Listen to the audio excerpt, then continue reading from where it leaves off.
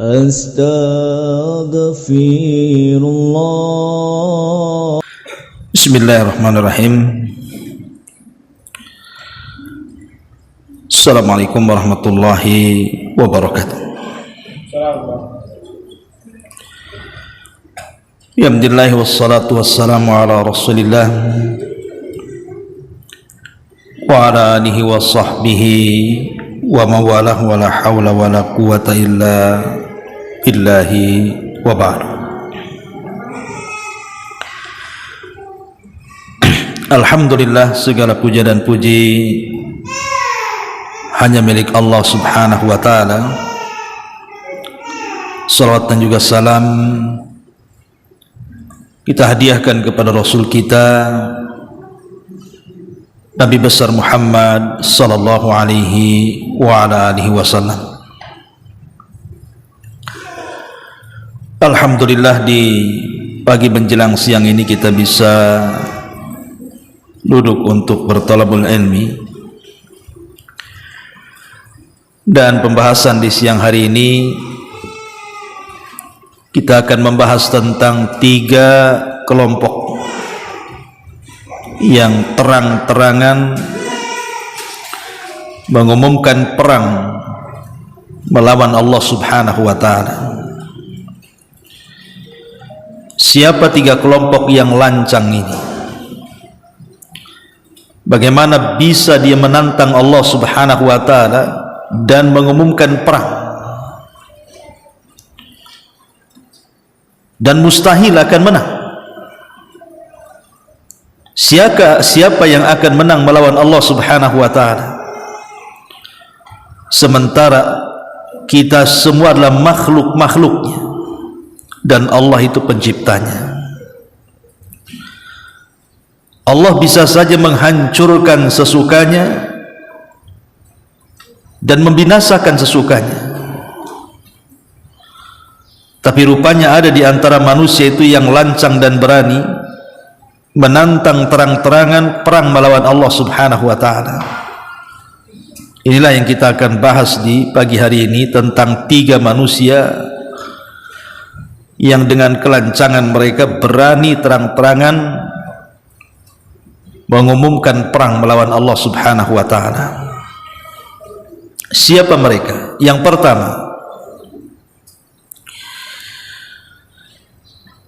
pertama adalah para pelaku riba. Ingat, para pelaku riba, orang-orang yang mereka bermuamalah dengan riba. Maka Allah subhanahu wa ta'ala katakan di dalam Al-Quranul Karim, fa illam taf'alu fa'adhanu biharbin minallahi wa rasuli. Jika mereka terus melakukan riba dan tidak berhenti, fa'adhanu, maka umumkan kepada mereka, biharbin minallahi wa rasuli, bahwa mereka sudah mengobarkan perang melawan Allah dan Rasulnya. Ma'asyiral muslimat yang dimuliakan Allah subhanahu wa ta'ala, dari sini kita tahu bahayanya riba. Bahayanya riba itu sama dengan mengumumkan perang melawan Allah subhanahu wa ta'ala. Dan kita tahu bahwa riba ini bukan hanya diharamkan kepada umat Islam saja, tidak. Umat-umat sebelum Islam loh, dari kalangan Nasrani ataupun Yahudi, itu sudah diharamkan riba kepada mereka. Dan itu disebutkan dalam Al-Quran surah An-Nisa ayat 161. Allah mengatakan, wa akhdihimur riba wa qad nuhu anhu wa aqlihim amwalan nas bil batil. Dan mereka orang-orang Bani Israel, orang-orang Yahudi itu, mereka suka memakan riba, padahal riba itu sudah dilarang kepada mereka, dan mereka memakan harta manusia dengan cara yang batil. Lihat bagaimana Allah Subhanahu wa ta'ala menceritakan tentang kisah Bani Israel, orang-orang Yahudi yang dilarang oleh Allah Subhanahu wa ta'ala untuk memakan riba. Bahkan Nabi Allah Shu'aib alaihi salatu wassalam mengatakan kepada kaumnya agar mereka meninggalkan praktek-praktek riba. Tapi kaumnya menjawab, "Ya Shu'aib, as-salatuka ta'muruka an natruka ma ya'budu aba'una aw an naf'ala fi amwalina ma nasha." Wahai Shu'aib, apakah agamamu yang memerintahkan kamu agar kami meninggalkan apa yang kami sembah dari bapak-bapak kami, atau agama melarang agar kami melakukan terhadap harta-harta kami sesuai dengan yang kami kehendaki? Artinya bahwa praktek riba ini sudah ada sejak zaman dulu dan dilarang sejak zaman Bani Israel, sejak zaman Nabi Allah Shu'aib alaihi salam, dan semua dilarang, baik dalam Taurat, baik dalam Injil ataupun di dalam Al-Quran. Kenapa demikian? Karena bahayanya luar biasa. Kata Nabi SAW ketika menjelaskan tentang bahaya riba, bahwa dosa orang yang melakukan riba itu dia lebih jahat dibandingkan 36 kali berzina. Bahwa para pemakan riba itu lebih jahat dibandingkan 36 kali orang berzina. Bahkan serendah-rendahnya dosa riba itu sama dengan anak menzinahi orang tuanya, na'udzubillah.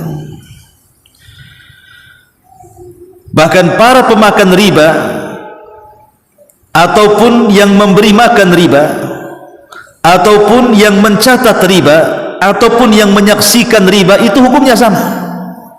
Mereka semua dilaknat Allah Subhanahu wa ta'ala. La'anallahu riba wa la'anallahu riba wa akilahu wa mukilahu wa katibahu wa syahidahu hum ya'lamun wa qala hum sawa. Allah melaknat riba, Allah melaknat orang yang makan riba, Allah melaknat orang yang memberi makan riba, Allah melaknat orang yang menulis riba, Allah melaknat orang yang menyaksikan riba. Dan jika mereka tahu itu riba, maka semua dosanya sama. Lihat bagaimana tidak dibedakan antara pemakan dan pencatat, semua sama. Karena praktek riba ini hakikatnya mengundang azab Allah Subhanahu wa ta'ala, mau tidak mau, sadar ataupun tidak sadar. Praktek riba ini sama dengan menghalalkan azab Allah turun. Kata Nabi SAW, "Ma zahara fil qaumir riba waz zina illa ahallu bi anfusihim iqaballah." Tidaklah tampak pada sebuah kaum praktek riba dan zina itu sama dengan menghalalkan azab Allah tertimpa kepada mereka. Makanya perkara yang pertama kali dilarang Rasul saat Nabi SAW berkhutbah di Hajjatil Wada, apa kata Nabi SAW? Sesungguhnya pertama yang aku hapuskan adalah riba pamanku Abbas ibn Abdul Muttalib. Maka sejak itu Islam mengharamkan riba, karena riba ini bukan hanya merusak ekonomi, tapi juga menghilangkan barakah harta. Allah Subhanahu wa ta'ala mengatakan, "Yamhaqullahu riba wa yurbi sadaqat." Allah menghilangkan berkah dari harta karena riba, dan Allah Subhanahu wa ta'ala mengembangkan harta sedekah. Karena orang yang melakukan praktek riba ini, Bu, orang ini sebenarnya kerasukan setan. Alladzina ya'kuluna riba la yakumuna illa kama yakumul ladzi yatakhabbathu asyaitanu minal mas. Sampai Allah gambarkan orang-orang yang suka melakukan praktek riba ini seperti orang kesurupan, Bu, dalam Quran. Karena biasanya orang yang sudah seperti ini sudah tidak kenal lagi mana halal mana haram. Sudah kayak orang bingung. Makanya kenapa kemudian orang-orang yang melakukan praktek riba itu sama saja mengiklankan perang melawan Allah Subhanahu wa taala, dan kita tidak akan menang. Kita tidak akan menang ketika kita melawan Allah Subhanahu wa taala. Ini yang pertama. Yang kedua, orang-orang yang mengiklankan perang, terang-terangan mengiklankan perang melawan Allah Azza wa Jalla, adalah orang-orang yang disebutkan di dalam surah Al-Maidah ayat 33. Surat Al-Maidah ayat 33. Allah Subhanahu wa taala berfirman, innama jazaa'ul ladzina yuharibuna Allah wa rasulahu wa yas'auna fil ardi fasadan an yuqattalu aw yusallabu aw tuqatta' aydihim wa arjuluhum min khilaf aw yunfaw minal ard dzalika lakum khizyun fid dunya wa lakum fil akhirati adzabun adzim. Hukuman bagi orang-orang yang memerangi Allah dan Rasulnya. Hukuman orang-orang yang memerangi Allah dan Rasulnya dan membuat kerusakan di bumi hanyalah dibunuh atau disalib atau dipotong tangan dan kaki mereka secara silang atau diasingkan dari tempat kediamannya. Yang demikian itu karena ini kehinaan bagi mereka, baik di dunia dan di akhirat mereka akan mendapatkan azab yang sangat besar. Ayat ini ada asbab nuzulnya. Jadi di masa Rasul sallallahu alaihi wasallam ada orang-orang Uraniyun mendatangi Nabi sallallahu alaihi wasallam. Mereka mengeluhkan penyakit. Orang-orang Uraniyun ini mengeluhkan salah satu di antara mereka penyakit. Maka Nabi sallallahu alaihi wasallam kemudian memerintahkan agar orang-orang ini meminum kencing dari kencingnya unta. Maka akhirnya pun mereka minum dari kencing unta yang diberikan Nabi sallallahu alaihi wasallam dan sembuh. Menunjukkan bahwa kencing unta itu juga jadi bisa penyembuh, kan? Karena Rasul memberikan obat dari kencing unta. Maka sebagian orang Uraniyun ini yang datang kepada Rasul minta kesembuhan, sembuh. Masalahnya setelah kemudian mereka sembuh, mereka pulang. Rupanya di tengah jalan mereka membunuh seorang penggembala dan mengambil kambing-kambingnya. Akhirnya kemudian Nabi SAW marah.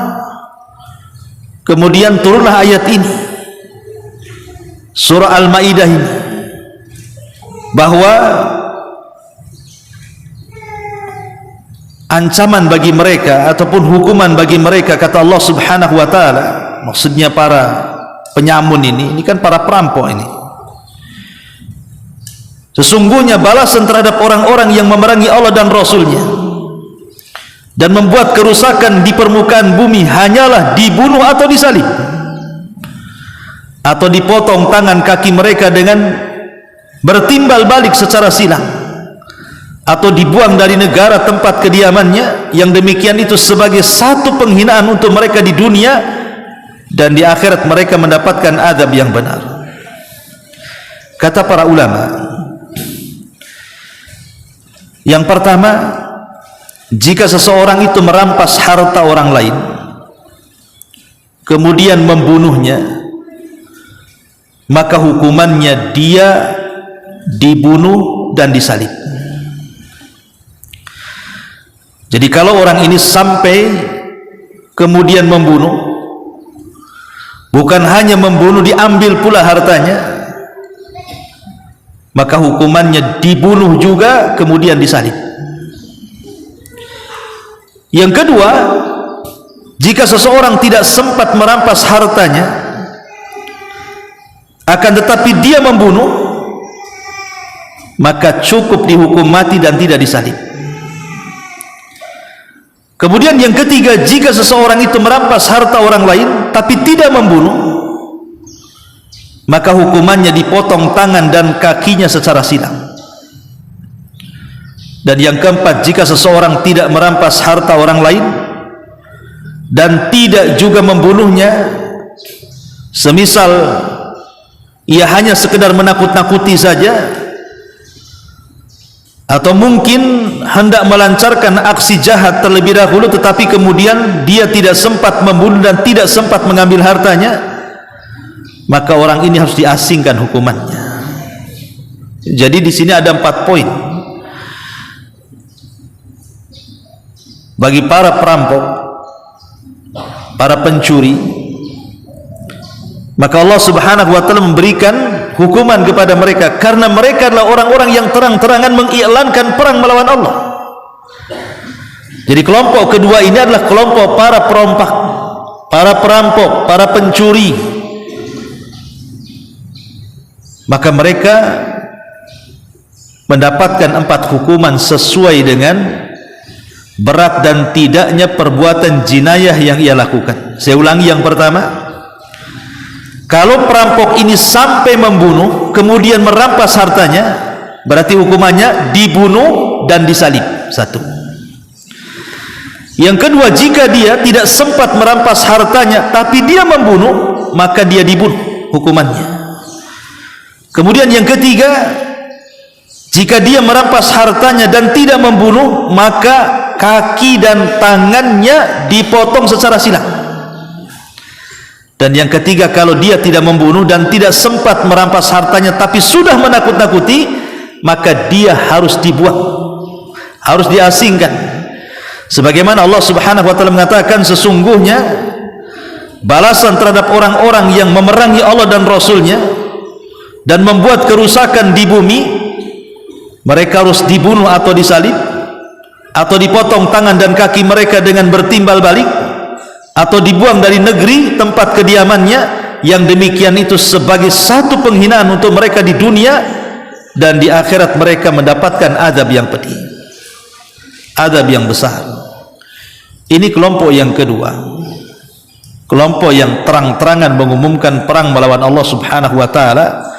Mereka adalah para pembuat kerusakan yang ada di permukaan bumi, para perampok, para pencuri, para perompak, para penyamun yang tidak segan-segan untuk membunuh dan mengambil hartanya. Ma'asyiral muslimin, muslimat yang dimuliakan Allah Subhanahu wa taala. Kemudian yang ketiga,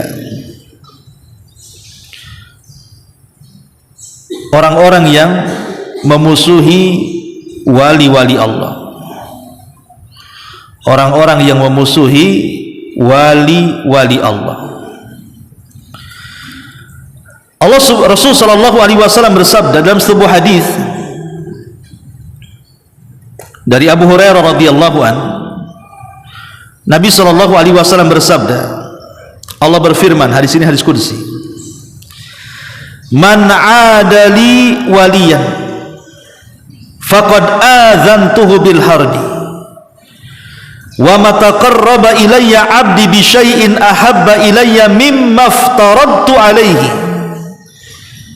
wa ma yazalu 'abdi yataqarrabu ilayya bin nawafil hatta uhibbahu fa idza ahbabtuhu kuntu sam'ahu alladhi yasma'u bih wa basarahu alladhi yubsiru bih wa yadahu allati yabtishu biha wa rijlahu allati yamshi biha wa in sa'alani la'u'tiyanna wa la in ista'adzani la'u'idhanna wa ma taraddadat an syai'in ana fa'iluhu taraddudi an nafsil mu'min yakrahul mauta wa ana akrahu musa'atahu.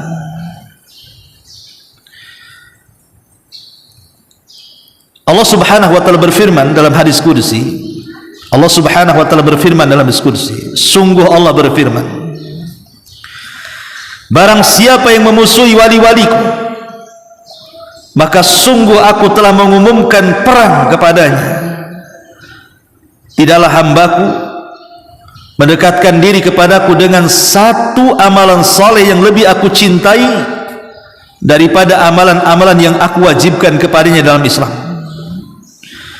Dan senantiasa hambaku mendekatkan diri kepadaku dengan amal-amal tambahan yang dianjurkan dalam Islam, maksudnya amalan sunnah, sehingga aku pun makin mencintainya. Lalu jika aku telah mencintai hambaku ini, maka aku akan selalu membimbingnya dalam pendengarannya, membimbingnya dalam penglihatannya, menuntunnya dalam perbuatan tangannya, meluruskannya dalam perbuatan kakinya. Jika dia memohon kepadaku, maka aku akan penuhi permohonannya, dan jika dia meminta perlindungan kepadaku, maka aku akan berikan perlindungan kepadanya. Tidakkah aku ragu melakukan sesuatu yang mesti aku lakukan, seperti keraguan untuk mencabut nyawa seorang yang beriman kepadaku? Dia tidak menyukai kematian dan aku tidak ingin menyakitinya. Hadis ini dikeluarkan Imam Bukhari.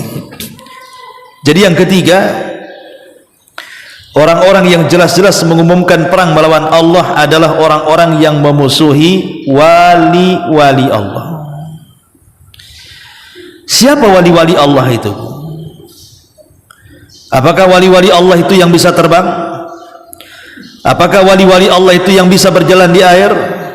Ataukah wali-wali Allah itu yang kebal bacok, kebal bakar, kebal semuanya? Imam Syafi'i rahimahullahu ta'ala mengatakan, idza ra'aita ar-rajula yamshi 'alal ma' aw yatiru fil hawa, apabila engkau melihat seseorang, kata Imam Syafi'i, kok bisa berjalan di air, bisa terbang di langit pula dia, maka lihatlah amalannya, cocokkan dengan Quran dan Sunnah, kata Imam Syafi'i. Kalau cocok amalan perbuatannya dengan Al-Quran dan Sunnah, maka dia wali-wali Allah. Tapi kalau tidak cocok amalannya dengan Al-Quran dan Sunnah, kok dia bisa terbang, bisa berjalan di air, kok kebal ini kebal itu, fa'lam, kata Imam Syafi'i, fa'innahu min awliya'i syaitan, ketahuilah bahwa dia adalah wali-wali setan. Lalu siapa wali-wali Allah? Wali-wali Allah adalah orang yang disebutkan dalam surah Yunus ayat 62 sampai 64. Ala inna awliya Allah la khaufun alaihim wa lahum yahzanun alladzina amanu wa kanu yattaqun. Sesungguhnya wali-wali Allah itu adalah orang-orang yang tidak ada kekhawatiran dalam hidup mereka, tidak pula ada kesedihan dalam hidup mereka. Merekalah orang-orang yang beriman dan merekalah orang-orang yang bertakwa. Maka siapapun yang beriman dan bertakwa, dialah wali Allah. Siapapun yang jelas dia beriman kepada Allah Subhanahu wa ta'ala, menjalankan seluruh perintah, menjauhi semua larangan, maka dia wali Allah. Cuman namanya wali Allah itu kan ada maratibnya, ada tingkatan-tingkatannya. Ada wali Allah itu tingkatan yang tertinggi yang disebut dengan as-sabiqun atau al-muqarrabun. Jadi tingkatan wali-wali Allah itu yang paling tinggi adalah derajat yang sampai kepada as-sabiquna bil khairat, orang-orang yang berlomba-lomba dalam kebaikan. Siapa mereka? Mereka orang yang tidak meninggalkan yang wajib, kemudian juga diikuti dengan yang sunnah, dan juga berusaha meninggalkan yang haram, kemudian dia meninggalkan yang syubhat. Jadi semua dilakukannya dan semua ditinggalkannya. Yang wajib dan yang sunnah dilakukannya, yang haram dan yang makruh dan yang syubhat semua ditinggalkannya. Itu paling tingginya wali Allah tuh. Jadi kalau orang sudah bisa melaksanakan kewajiban-kewajiban Allah plus juga yang sunnah-sunnahnya, dan bisa meninggalkan yang haram-haramnya plus juga yang makruh-makruhnya dan syubhat-syubhatnya, itulah tingkatan wali Allah paling tinggi itu. Kemudian ada derajat yang kedua, wali Allah itu di bawahnya tuh. Dia hanya melaksanakan yang wajib dan meninggalkan yang haram, tetapi mungkin dia masih kurang mengerjakan yang sunnah atau masih terjerumus kepada yang makruh. Maka itu tingkatan di bawahnya yang disebut dengan al-muqtasid namanya. Tapi ada juga di bawahnya mereka masih juga melakukan dosa, masih mereka melaksanakan yang wajib tapi masih terjerumus kepada yang haram, tetap wali Allah juga, tapi di bawahnya lagi.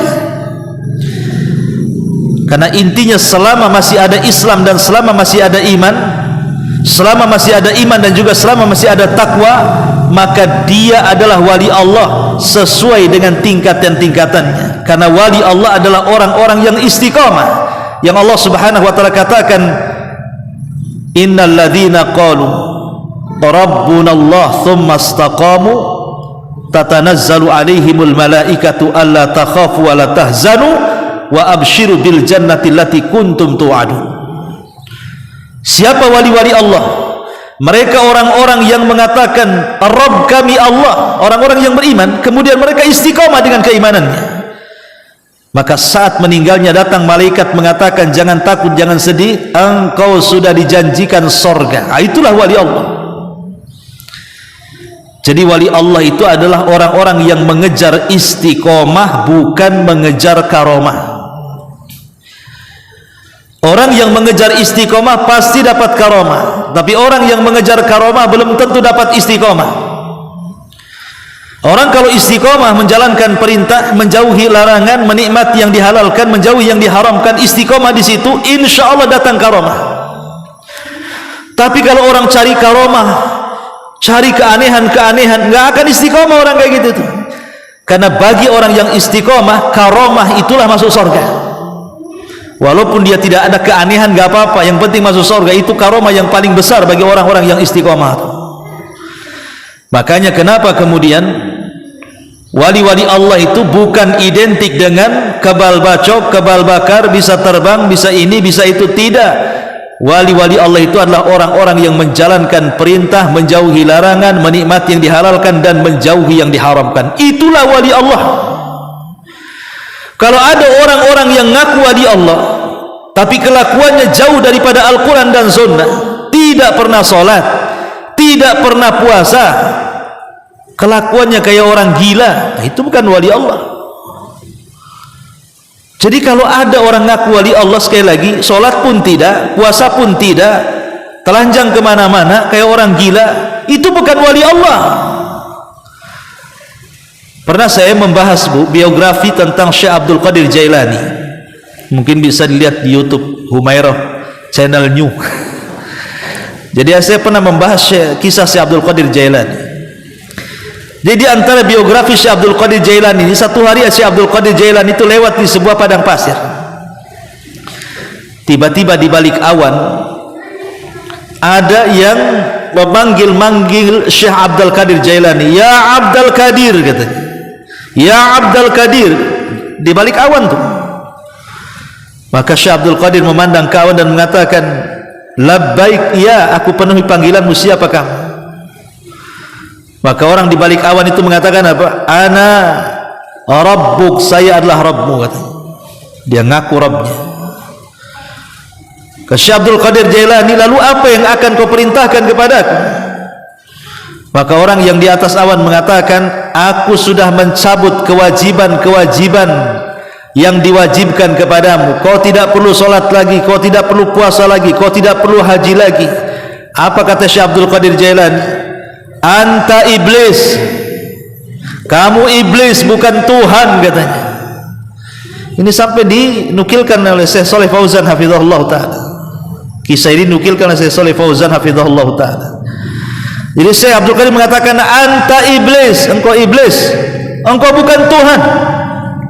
Karena Tuhan memerintahkan aku, aqimus shalah, tegakkan salat, wa atuz zakat, laksanakan zakat. Kenapa kau pula suruh aku tidak salat dan tidak zakat? Katanya, kamu bukan Rabb, kamu iblis, katanya. Lihat, itu wali Allah tuh.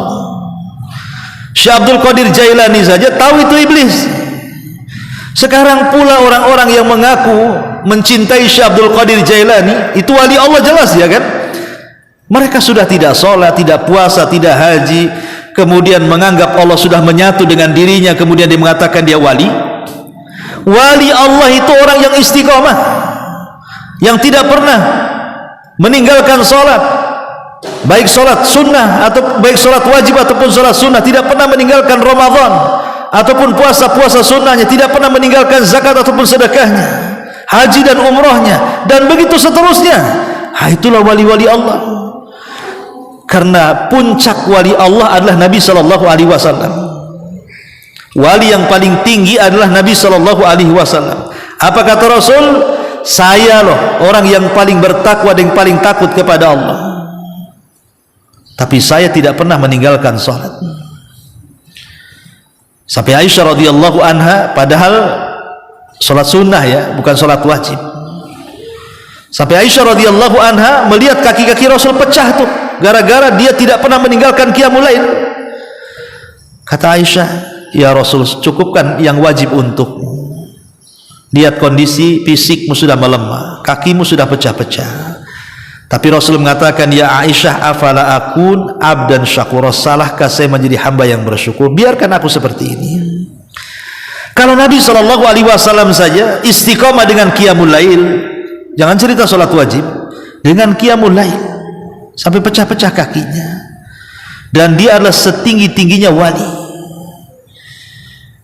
Bagaimana orang-orang yang sekarang mengaku dirinya wali Allah tapi jauh daripada sunnah Nabi SAW? Oh, jangan salah Ustaz, wali itu lebih tinggi daripada Nabi, katanya. Lah, itu pula dia, wali lo lebih tinggi daripada Nabi. Ya wajar kalau Nabi sholat, wali tak sholat.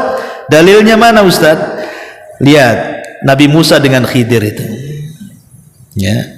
Musa itu Nabi, ulul azmi, Rasul, belajar kepada wali, katanya. Khidir itu dianggap wali oleh sebagian orang, dia bukan Nabi. Tapi yang benar Khidir itu Nabi. Memang terjadi silang pendapat, ada yang mengatakan wali, ada yang mengatakan Nabi. Bagi yang mengatakan Nabi karena dia punya mukjizat, kalau dia duduk di sebuah tempat yang gersang, kalau pergi jadi hijau, maka disebut Khidir, diambil dari kata hijau. Tapi ada yang mengatakan itu bukan mukjizat, itu adalah karomah, katanya. Khidir itu wali. Ketika kemudian Musa yang Nabi dan Rasul belajar kepada Khidir, maknanya Nabi dan Rasul belajar kepada wali. Ketika Nabi belajar kepada wali, berarti wali lebih tinggi dibandingkan Nabi. Ini dalilnya, katanya. Ya wajarlah wali tak sholat, katanya. Nabi sholat karena wali lebih tinggi. Ini ngaco lagi nih. Ma'asyiral muslimat yang dimuliakan Allah Azza wa Jalla, ini tidak bisa dijadikan dalil bahwa ketika Nabi Musa belajar kepada Khidir itu kemudian Musa lebih rendah dibandingkan Khidir. Tidak, tetap Musa lebih tinggi dibandingkan Khidir. Musa itu bukan hanya Nabi, dia Rasul. Bukan hanya Rasul, ulul azmi. Bukan hanya ulul azmi, kalimur rahman. Bukan hanya kalimur rahman, turun Taurat kepadanya. Khidir nggak ada apa-apanya. Khidir itu loh nggak ada apa-apanya. Dia hanya oke lah kalau dia Nabi, tapi hanya Nabi saja. Dia bukan Rasul, tidak diturunkan kitab, bukan kalimur rahman, bukan ulul azmi. Kalaupun Nabi Musa belajar kepada Khidir, itu karena Allah subhanahu wa ta'ala hendak menguji Nabi Musa karena kesombongannya. Sisi kemanusiaannya hadir ketika ada orang berkata, ya Musa, apakah ada orang yang alim, lebih alim? Apakah ada orang yang siapakah orang yang paling alim di permukaan bumi? Itu pertanyaannya. Kata Musa, saya. Apakah ada lagi? Tidak ada, katanya. Harusnya dia mengucapkan insyaallah. Hanya itu, gara-gara itulah Nabi Musa kemudian dihukum oleh Allah, kemudian belajar kepada Khidir. Ilmu yang tidak dimiliki Musa, dan Khidir pun tidak memiliki ilmu yang dimiliki Musa. Sama-sama punya ilmu. Maka ini tidak benar pendalilannya. Ma'asyiral muslimin wal muslimat rahimani wa rahimakumullah. Berarti dari sini kita tahu bahwa 3 orang yang terang-terangan berusaha untuk mengumandangkan perang melawan Allah. Yang pertama, mereka para pemakan riba, maka jauhi riba. Ya, jauhi riba. Riba ini membahayakan. Yang kedua, para perampok, perusak bumi yang tidak segan-segan membunuh dan merampas hartanya. Mereka terang-terangan memusuhi dan mengilankan perang melawan Allah. Dan yang terakhir, orang yang memusuhi wali-wali Allah. Jangan memusuhi wali-wali Allah. Kalau di depan kita ada orang yang tampak rajin sholat, rajin puasa, rajin ke pengajian, tutur katanya baik, berarti dia orang soleh. Hati-hati, jangan dimusuhi. Ya, jangan dimusuhi para pendakwah-pendakwah, orang-orang yang mengajak manusia kepada Al-Quran dan Sunnah Rasul sesuai dengan pemahaman salaful hati-hati, jangan dimusuhi. Mereka lah wali-wali Allah. Jadi orang-orang yang beriman secara umum dan orang-orang yang bertakwa secara umum, mereka wali-wali Allah. Kata Nabi SAW dalam hadis kursi, Allah berfirman, man adali waliyan faqad adzantuhu bil harbi. Siapapun yang memusuhi wali-wali Allah, maka dia telah terang-terangan mengumumkan dan mengumandangkan perang melawan Allah Subhanahu wa ta'ala. Inilah 3 kelompok yang jelas-jelas mengumandangkan perang melawan Allah Azza wa Jalla, dan mereka tidak akan menang. Sampai di sini mudah-mudahan ada manfaatnya. Taib, sebelum saya tutup, kalau ada yang mau bertanya silakan.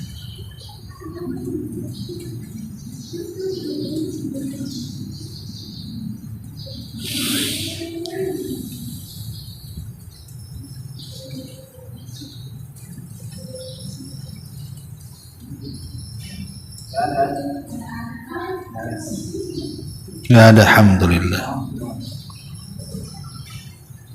Iya, saya pikir mau tanya apakah ibu-ibu juga ada yang jadi wali? Ada, wali murid, ya wali santri, ya wali, laki-laki perempuan juga wali, bisa jadi wali, ibu ya. Wallahu a'lam bishawab. Subhanaka wa bihamdika asyhadu an la ilaha illa anta astaghfiruka wa atubu ilaik. Allahu ta'ala alam.